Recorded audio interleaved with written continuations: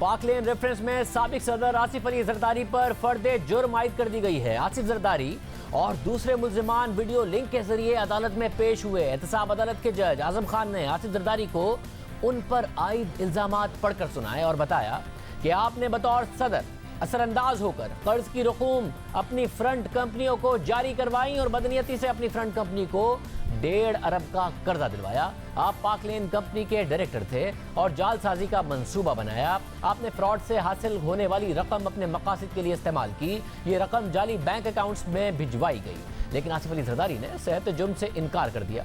दौरान समाअत एहतसाब अदालत के जज और आसिफ अली जरदारी का मुकालमा भी हुआ। आसिफ अली जरदारी ने जज से कहा कि मेरे वकील आज सुप्रीम कोर्ट में मसरूफ हैं, आज मुझ पर फर्दे जुर्म आयद नहीं की जा सकती। इस पर एहतसाब अदालत के जज ने कहा कि आपके वकील को पहले से आज की तारीख मालूम थी। फारूक एशनाइक अपने मुआविन वकील को भी भिजवा सकते थे। एहतसाब अदालत के जज ने कहा कि 2 सादा से सवालात हैं इंग्लिश में, आप वो सुनकर जवाब दे दें। जिस पर आसिफ अली जरदारी ने कहा कि आप अपने ऑर्डर में ये जरूर लिखें कि वकील की गैर मौजूदगी में मुझ पर फर्दे जुर्म आयद की जा रही है।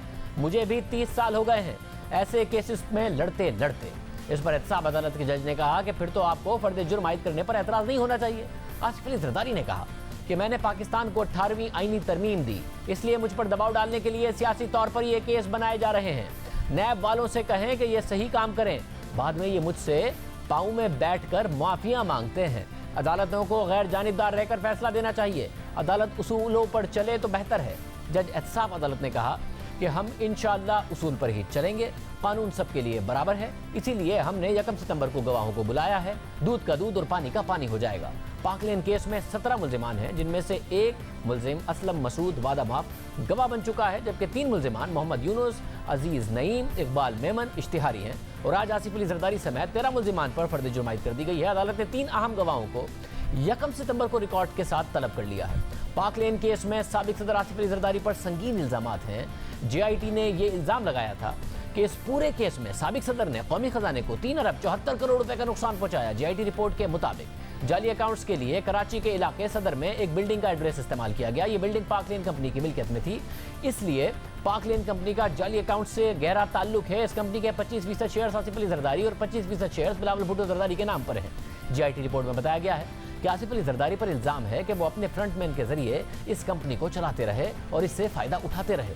इसके अलावा भी आसिफ अली जरदारी पर बहुत से इल्जामात हैं और ये इल्जामात जाली अकाउंट्स की तहकीकात के दौरान सामने आए। नवंबर 2015 में फाइनेंशियल मॉनिटरिंग यूनिट की दरख्वास्त पर FIA कराची के एंटी करप्शन यूनिट ने कुछ मखसूस बैंक अकाउंट्स की तहकीकात का आगाज किया, जिनसे अरबों रुपए की ट्रांजैक्शंस हुई थी।